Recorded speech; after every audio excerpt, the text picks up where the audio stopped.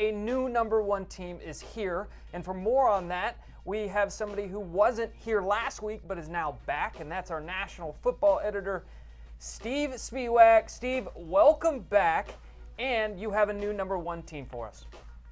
That's right, guys. The new #1 team in the country this week is Don Bosco Prep from New Jersey, a program that is very familiar with being at the top of our excellent 25 national rankings, seeing as they finished #1 in both 2009 and 2011. And this year's Bosco squad certainly has the potential to finish again near the top. This is a very, very balanced team. On offense, they're led by quarterback Wes McCoy and running back Malik Baker, as you see here. Baker done some very, very tough running this year against a very good St. Thomas Aquinas defense.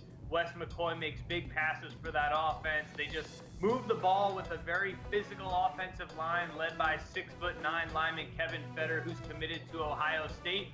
But the calling card for Don Bosco Prep, and I think what separates them from so many of the other elite teams around the country, is their defense. They allowed only 4 first downs to a St. Thomas Aquinas squad that looked dominant offensively in its opener against American Heritage.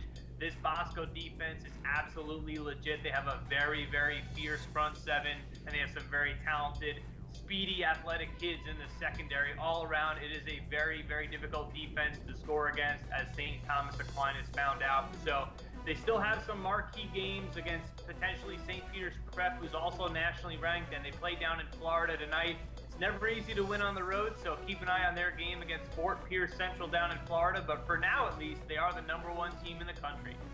Now I want to keep you on real quick, but let's take a deeper look at the MaxPreps Excellent 25, and you will see that Don Bosco Prep is our new #1 team in the nation. They sit atop the ranking. St. Edward drops 12 spots to #13, and at the bottom you will see that we have 2 new additions to the rankings, which leads me into asking Spiewak to join us again and to discuss with us who they are and how they got there.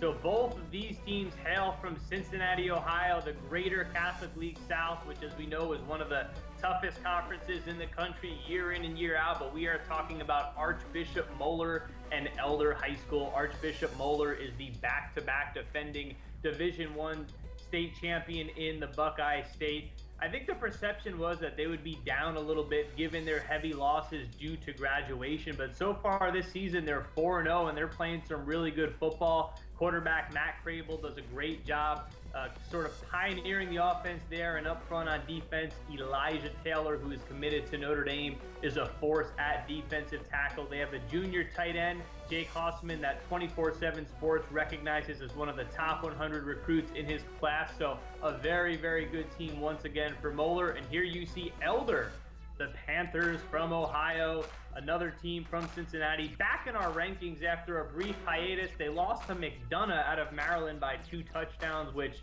at this point seems a little bit of an anomaly, seeing as they beat #1 St. Edward. That was a very, very close game, and I think it illustrated, first of all, how good Elder is, but also, guys, how difficult it is to win on the road in high school football. St. Edward had to make that long trek, 4-hour drive from Cleveland to Cincinnati, playing in front of a very hostile crowd in Elder's The Pit.